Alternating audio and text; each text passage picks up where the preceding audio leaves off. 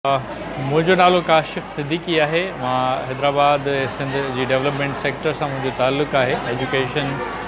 ते ॿियनि सेक्टर्स ते कमु कयूं पिया। अॼु ही जेका ओसर पीड़का में साइंसी मेलो बुनियादी तौर ते लॻायो वियो आहे ऐं जंहिंजो जेको थीम आहे उहो बुनियादी तौर ते impact of nature on life आहे। उनजो जेको असल मक़सदु जेको मूंखे सम्झ में आयो आहे उहो बि इहो ई आहे त असांजी जेका लाइफ प्रैक्टिसिस आहिनि ऐं उहो नेचर जो जेको रिलेशन आहे उहो कहिड़ो आहे ऐं कहिड़ा इम्पैक्ट्स असांजी नेचर ते या असांजी लाइफ ते या वाइस वर्सा छॾे रहियूं आहिनि। सो तमामु घणी महिनत तमामु घणी जाखोड़ नज़र आई इन्हनि शागिर्दनि हिननि नौजवाननि जे इन्हनि मॉडल्स में इन्हनि प्रोजेक्ट्स में जिन मुख़्तलिफ़ साइंस जे हवाले सां मेडिकल जे हवाले सां हेल्थ जे हवाले सां ऐं इम्पॉर्टेंटली हिते जेको वणंदड़ शइ या ईअं सम्झूं त अॼु जेको सिंध में हींअर बर्निंग इशू आहे HIV जे हवाले सां HIV वायरस जी जो फैलिजी रहियो आहे लाड़काणे में हैदराबाद में ऐं सिंध जे ॿियनि मुख़्तलिफ़ इलाइक़नि में हाणे मटियारी भरिसां हैदराबाद जे रिपोर्ट थियणु शुरू थियूं आहिनि। अञा उन्हनि जा एविडेंसिस पर इहो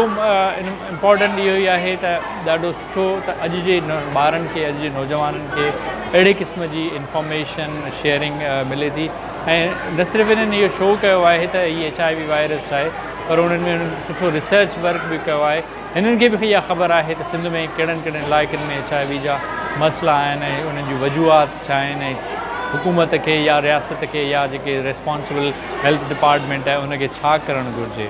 सो तमामु घणी ख़ुशी थी ऐं एप्रिशिएट कयूं था ओसर पीड़का ही प्राइवेट सेक्टर में जेके एजुकेशन में कमु थियनि था। यकीनन ही प्राइवेट सेक्टर जा जेके कम आहिनि या एफर्ट्स आहिनि इहे मॉडल जे तौर ॾिसी सघे थी गवर्नमेंट एजुकेशन डिपार्टमेंट सिंध जी जेका प्राइवेट स्कूल्स जी सक्सेसफुल स्टोरीज़ खे गवर्नमेंट स्कूल्स में अडॉप्ट करे सघे थी। टैलेंट या को बि उन में उन आहे त ॿार सरकारी स्कूल में पढ़ंदड़ हुजे या ॿार प्राइवेट स्कूल में पढ़ंदड़ हुजे पर ॿार खे प्लेटफॉर्म खपे थो, ॿार खे मौक़ो खपे थो, ॿार खे रहनुमाई खपे थी।